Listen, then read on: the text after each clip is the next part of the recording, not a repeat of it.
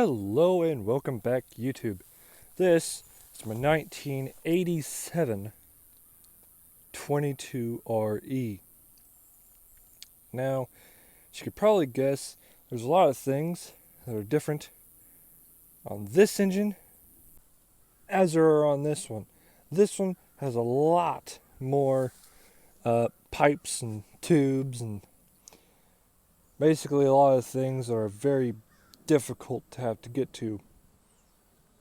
That makes this very hard to work on. Now, the 1987 22RE runs, does not run on its own power. Just gonna fix it real quick. It has to have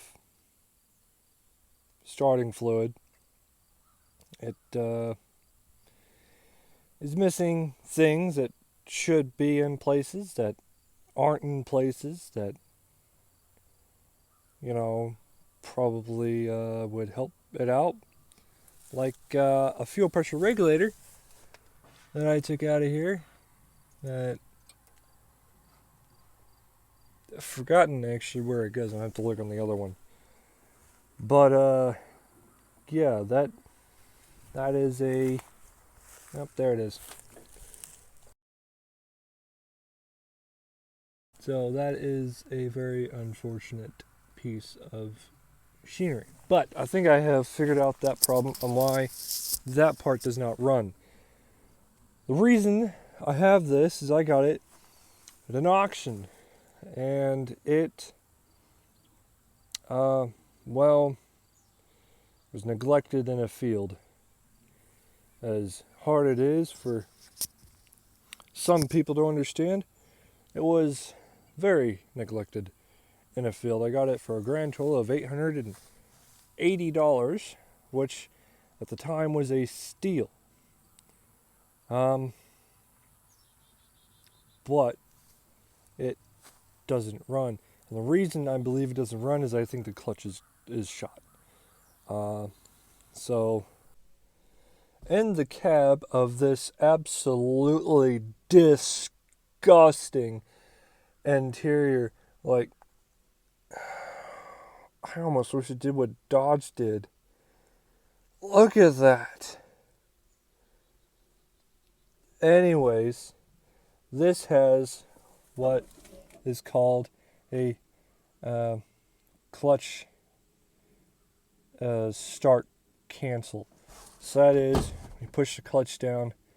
It usually is the only way to start it. On these, press that button, it starts. It does not start when that, so it does come back, but there's nothing going on there. It's completely dead. I do have the 5-speed, so I know in some cases that they did come out with a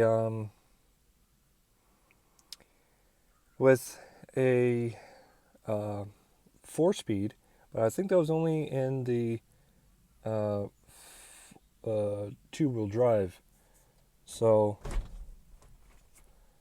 there's neutral, first, second, third, fourth, fifth, and where's reverse?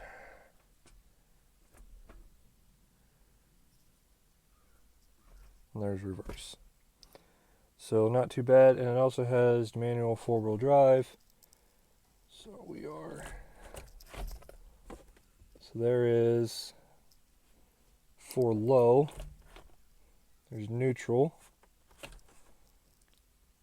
it's for high, too high.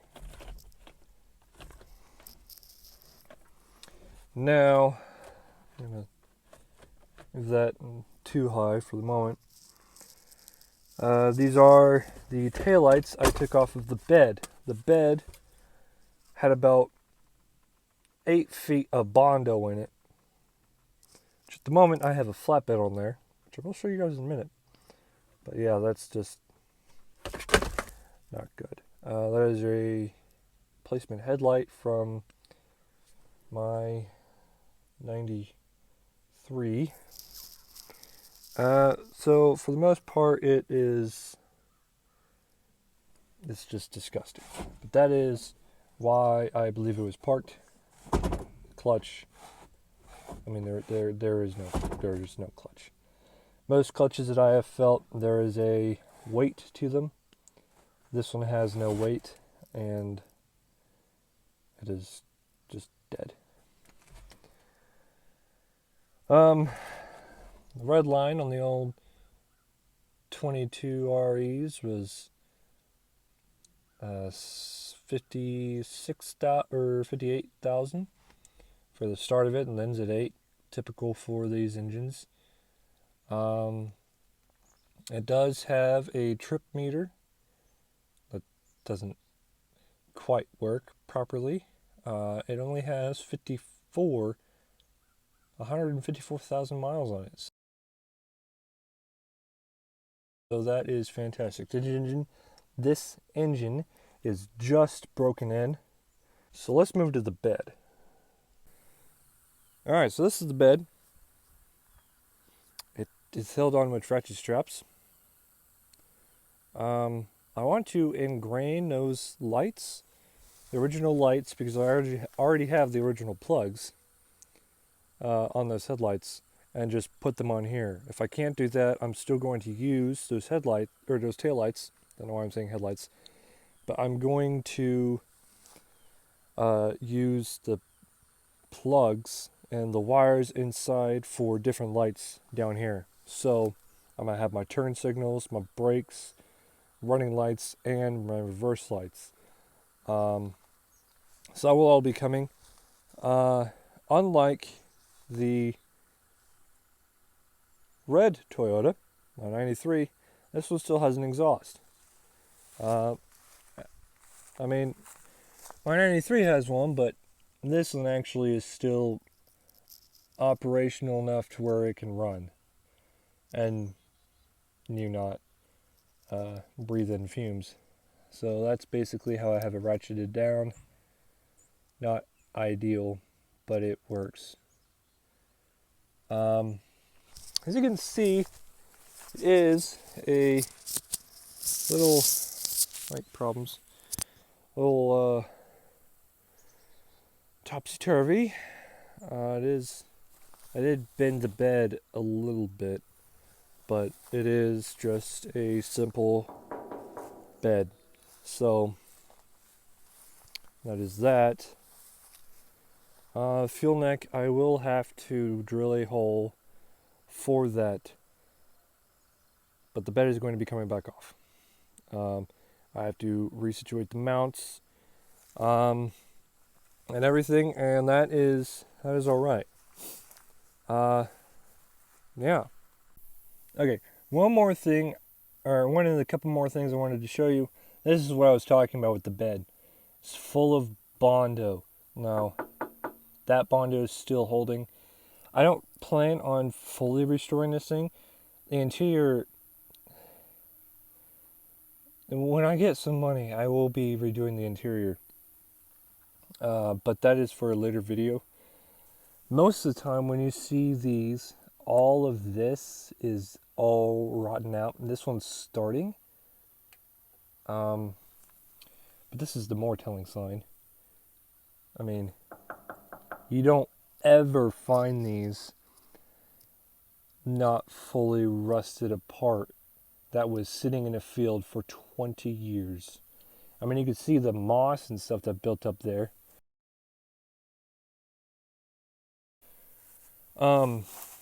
But yeah, that is actually very good.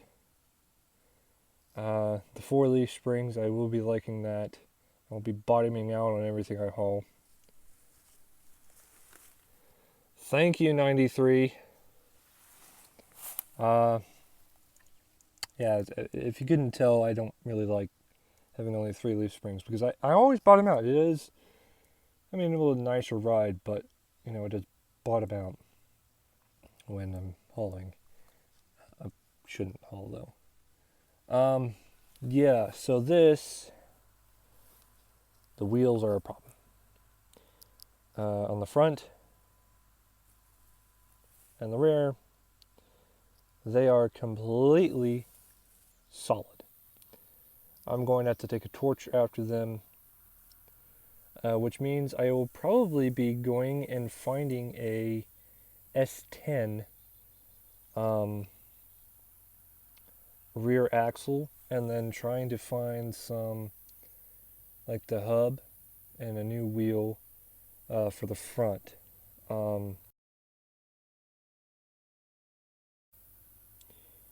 Now, this axle is very strong. If you haven't seen, let's take for instance Whistling Diesel's video, they are extremely strong. But I think for what I want to do in the future, having an S10 in there with a little bit different gear ratio is going to help out a little bit. It is going to be a problem trying to get that S10 rear end in here. I hope they're the same width. If not, I might just have to find another 87. Because the older you go, the more reliable they are for Toyotas. Honda, for some strange reason, well, not strange reason, they did it very well. They didn't have that problem. Toyota did. But yeah.